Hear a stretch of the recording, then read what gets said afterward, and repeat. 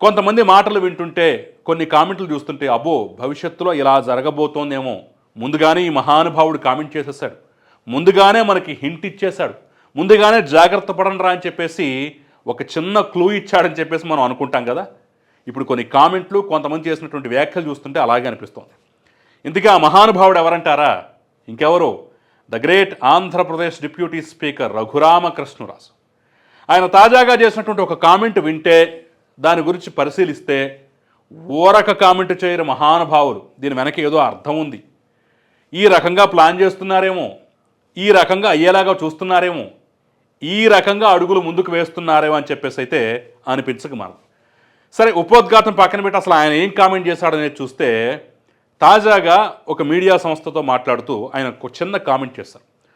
పులివెందులకి రేపు సమీప భవిష్యత్తులో ఉప ఎన్నికలు రావచ్చు, ఉప ఎన్నికలు ఖాయం అనేలాగా ఒక కామెంట్ అయితే చేశారు.